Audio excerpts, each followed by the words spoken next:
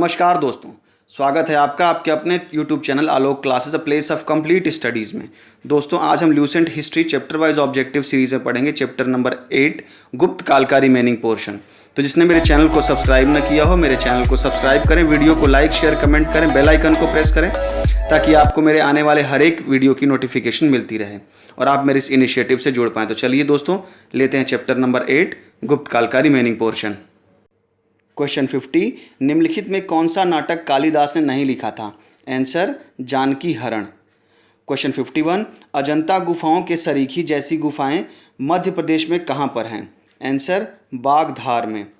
Question 52, गुप्त वंश dash किस अवधि में शासन किया? आंसर 319 से 500 ईस्वी तक। क्वेश्चन 53, बाल विवाह की प्रथा आरंभ हुई? आंसर गुप्त काल से। क्वेश्चन 54, सोने के सर्वाधिक सिक्के किस काल में जारी किए गए? आंसर गुप्त काल में।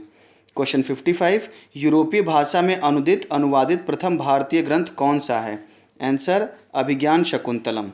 क्वेश्चन 56, सती प्रथा का पहला उल्लेख कहाँ से मिलता है? आंसर एरण अभिलेख से। क्वेश्चन 57, गुप्त वंश के निम्नलिखित शासकों को क्रम से लगाइए।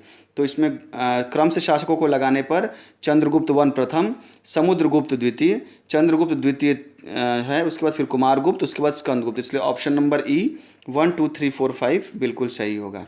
क्वेश्चन 58, गुप्तकालीन सिक्कों का सबसे बड़ा ढेर कहाँ से प्राप्त हुआ है? आंसर बयाना भरतपुर से। क्वेश्चन 59, किस गुप्त शासक को नालंदा विश्वविद्यालय का संस्थापक माना जाता है? आंसर कुमारगुप्त प्रथम को। क्वेश्चन 60, कथन और उसके निष्कर्ष का है। पहले कथन में प्राचीन भारत में सामंती व्यवस्था फ्यूडल सिस्टम का अभ्युदय सैनिक अभियानों में देखा जा सकता है। दूसरे कथन में गुप्त काल में सामंती व्यवस्था का पर्याप्त विस्तार हुआ था। ये दोनों ही कथन सही हैं, पर कथन ए कथन आर दोनों सही हैं, आर ए की सही व्याख्या नहीं करता, इसलिए ऑप्शन बी बिल्कुल सही होगा। क्वेश्चन 61, गुप्त काल में उत्तर भारतीय व्यापार में निम्नलिखित किस एक पत्तन से संचालित होता था? आंसर ताम्रलिप्ति से।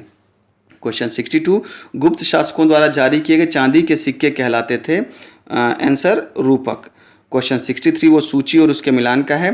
पहली सूची में विद्वानों का नाम है, दूसरी सूची में वो किस फील्ड से जुड़े थे इसके बारे में बताया गया है। तो विशाख दत्त जुड़े थे नाटक से, वाराह मिहिर जुड़े थे खगोल विज्ञान से, चरक जुड़े थे चिकित्सा से और ब्रह्मगुप्त जुड़े थे गणित से। इसलिए ऑप्शन नंबर सी 2 3 1 4 बिल्कुल सही होगा। क्वेश्चन 64, चंद्रगुप्त द्वितीय के काल में विद्या कला व साहित्य का महान केंद्र कौन सा था? आंसर उज्जैन। क्वेश्चन 65, कालिदास की किस कृति की गिनती विश्व के 100 प्रसिद्ध साहित्यिक कृतियों में होती है? आंसर अभिज्ञान शकुंतलम। क्वेश्चन 66, वर्तमान गणित में दशमलव प्रणाली का आविष्कार श्रेय निम्न में से किस युग को है? आंसर गुप्त युग को। क्वेश्चन 67, निम्न में से कौन सा गुप्त वंश के पतन का कारण नहीं था? आंसर सत्ता के नियंत्रण के लिए आंतरिक कलह। क्वेश्चन 68, निम्नलिखित में किस गुप्त शासक ने अपने सिक्के पर अपने को वीणा बजाते हुए आकृत करवाया है? आंसर समुद्रगुप्त ने। क्वेश्चन 69, वह प्रथम भारतीय विद्वान कौन था जिसने गणित को एक पृथक विषय के रूप में स्थापित किया? आंसर आर्यभट्ट ने। क्वेश्चन 70, गुप्तकालीन पुस्तक नवनीतकम का संबंध है? आंसर चिकित्सा से। क्वेश्चन 71, तांबा का सिक्का जारी करने वाला पहला गुप्त शासक कौन था? आंसर रामगुप्त। क्वेश्चन 72, सूची और उसके मिलान से है। पहली सूची में शासक और दूसरी सूची में उनके द्वारा जारी किए गए अभिलेख हैं। समुद्रगुप्त ने जारी किया था प्रजाग प्रशस्ति, चंद्रगुप्त द्वितीय ने जारी किया था मेहरौली लौह स्तंभ लेख, स्कंदगुप्त ने जारी किया था भीतरी स्तंभ लेख और बुद्धगुप्त ने जारी किया था पहाड़पुत्र ताम्रपत्र। तो ऑप्शन नंबर ए 1 2 3 4 बिल्कुल सही होगा। क्वेश्चन 73 भी सुमेलित करने के लिए है। पहले इस सूची में मुद्रा के प्रकार हैं और दूसरी सूची में उनको जारी करने वाले शासक हैं। तो कुमार देवी प्रकार जारी किया था चंद्रगुप्त वन ने, वीणावादन प्रकार समुद्रगुप्त ने, चक्र विक्रम प्रकार चंद्रगुप्त द्वितीय ने और कार्तिकेय प्रकार कुमारगुप्त प्रथम ने। इसलिए ऑप्शन नंबर ए यहाँ भी बिल्कुल सही होगा। क्वेश्चन 74 सुमेलित करने के लिए है शासक और उनके द्वारा जारी की गई उपाधियों के बीच में।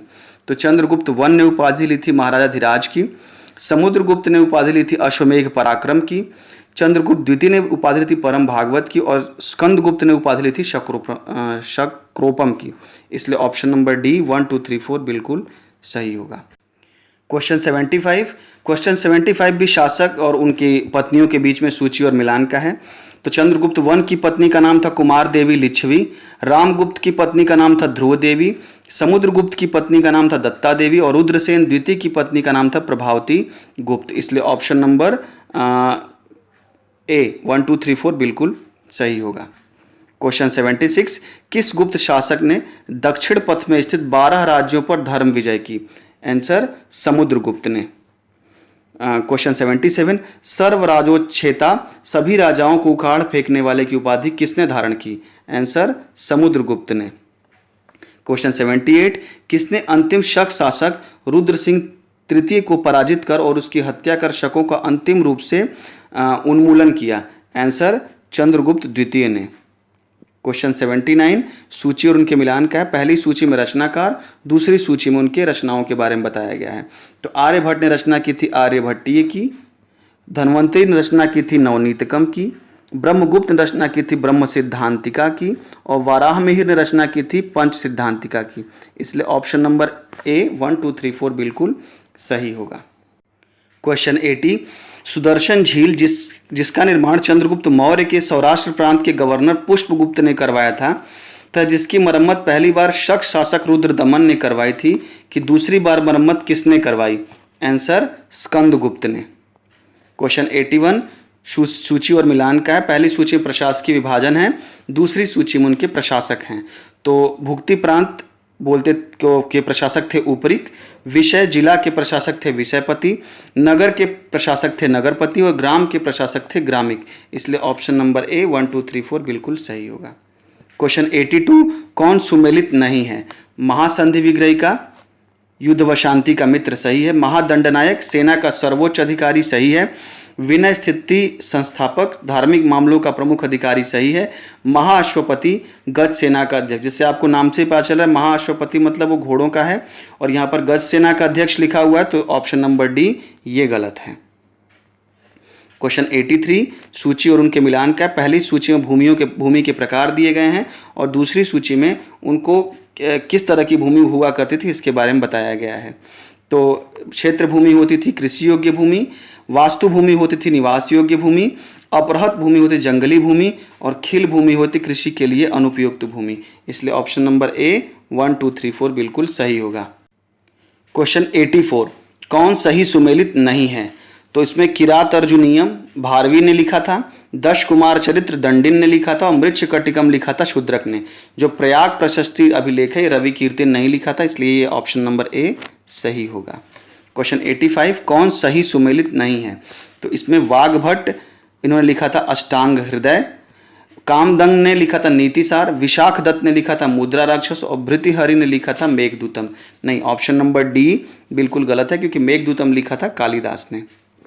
तो क्वेश्चन नंबर 86 सूची और उनके मिलान का है। पहली सूची में उस समय बोले गए नाम है और इस समय आज के ज़माने में उन नाम को हम क्या बोलते हैं उसके बारे में बताया गया है।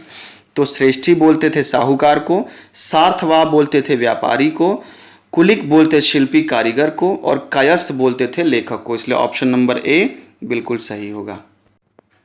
क्वेश्चन 87 मिहिर कुल का संबंध है? आंसर हुणों से। क्वेश्चन 88 कन्नौज के सर्वप्रथम महत्ता प्रदान करने वाले थे? आंसर मौखरी। क्वेश्चन 89 गुप्त राजा जिसने विक्रमादित्य की पदवी ग्रहण की थी? आंसर चंद्रगुप्त द्वितीय। क्वेश्चन 90 कुतुब मीनार के निकट स्थित लौह स्तंभ वैज्ञानिकों का ध्यान क्यों खींच रहा है? आंसर उसकी जंग रोधकता के कारण। क्वेश्चन 92 पुंड्रवर्धन भुक्ति प्रांत अवस्थित है? आंसर उत्तर बंगाल में। क्वेश्चन 93 परम भागवत उपाधि धारण करने वाले प्रथम गुप्त शासक थे? आंसर समुद्रगुप्त। क्वेश्चन 94 रेशम बुनकरों की श्रेणी की जानकारी निम्नलिखित किस शिलालेख से मिलती है? आंसर दशपुर शिलालेख से। दोस्तों यहाँ पर चैप्टर नंबर 8 जो कि गुप्त काल का रिमेनिंग पोर्शन भी समाप्त होता है। कल हम पढ़ेंगे चैप्टर नंबर 9 जो कि है गुप्त उत्तर काल और वर्धन वंश। तो जिसने मेरे चैनल को सब्सक्राइब न किया मेरे चैनल को सब्सक्राइब करें, वीडियो को लाइक शेयर कमेंट करें ताकि आप मेरे इस इनिशिएटिव से जुड़ पाएं। धन्यवाद दोस्तों।